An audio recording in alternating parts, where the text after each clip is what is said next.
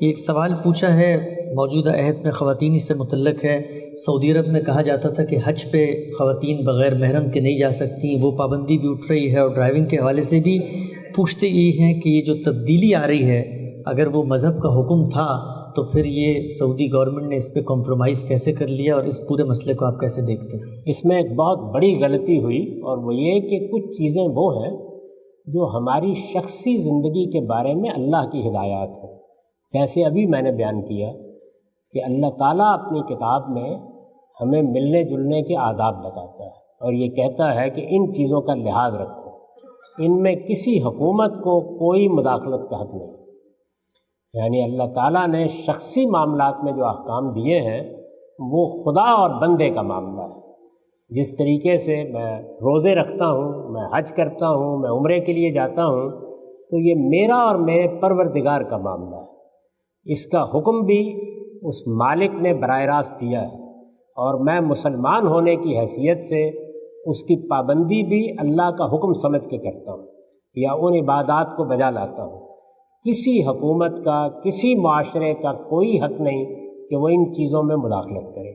اسلام میں یہ بات بالکل طے کر کے بتا دی گئی ہے کہ 4-5 یہ چیزیں ہیں جن میں ریاست کوئی بات کہہ سکتی، وہ متعین ہیں، بتا دی گئی ہیں۔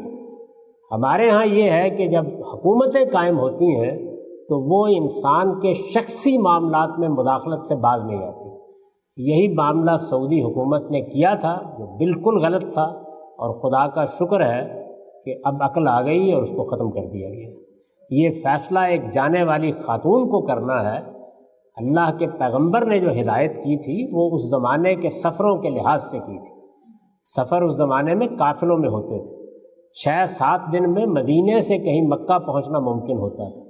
لوگوں کو راتوں کو صحراؤں میں اور پہاڑیوں میں قیام کرنا ہوتا تھا۔ اس میں یہ ہدایت کی گئی تھی کہ خواتین اپنی عزت اور اپنے وقار کی حفاظت کے لیے کسی محرم عزیز کو ساتھ لے لیں۔ یہ ہدایت اس وقت اس لحاظ سے تھی۔ سفر بدل گئے، حالات بدل گئے، نوعیت بالکل تبدیل ہو گئی، تو اللہ تعالیٰ کی ہدایت، اللہ کے پیغمبر کی ہدایت وہ اپنی روح میں موجود رہے گی، اور عورتیں مرد اس کی پابندی بھی کریں گے، لیکن یہ حکومتوں کا کام نہیں تھا کہ وہ ایسا کریں۔ چنانچہ یہ بدترین صورت پیدا ہوئی، اور خود میں نے اس کو دیکھا ہے پچھلے 40-50 سال میں، کہ لوگ حج کے لیے جاتے تھے اور جھوٹ بول کر اپنے بعض قریبی لوگوں کو اپنا محرم بیان کر دیتے تھے۔ یہ صورتحال پیدا ہوئی۔ تو کسی حکومت کو بھی یہ نہیں کرنا چاہیے کہ وہ شخصی معاملات میں مداخلت کرے۔ یاد رکھیے، حکومت کی مداخلت صرف 2 چیزوں میں ہے، اسلام میں بھی 2 چیزوں میں ہے، اور دنیا کی حکومتیں بھی اس سے آگے نہیں بڑھ سکتی۔ ایک یہ کہ وہ کسی حق تلفی کو روکنے کے لیے قانون سازی کریں، اور دوسرے یہ کہ لوگوں کی جان، مال اور عزت کے خلاف کسی اقدام کو روکنے کے لیے کارروائی کریں۔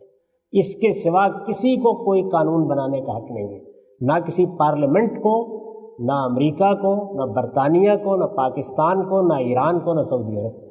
2 ہی چیزیں ہیں جن کی بنیاد پر قانون سازی ہوگی، میرے یا آپ کے شخصی معاملات۔ وہ کیا ہیں؟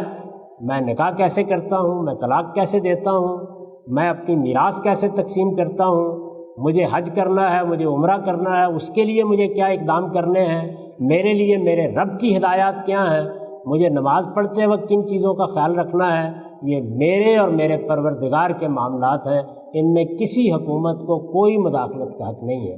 تو سعودی حکومت نے جب وہاں پر انقلاب برپا ہوا 1917 میں، بہت سے معاملات میں مداخلت کی، تو آہستہ آہستہ واضح ہو گیا، اور یہ پتہ چل گیا کہ نہ اللہ تعالیٰ کی کتاب میں لکھا ہوا تھا کہ اس معاملے میں ان کو قانون سازی کرنی ہے، نہ یہ کہیں بیان ہوا تھا کہ عورتیں اگر ڈرائیونگ کرنا چاہیں تو اس کے لیے آپ کو کیا قانون بنانا ہے۔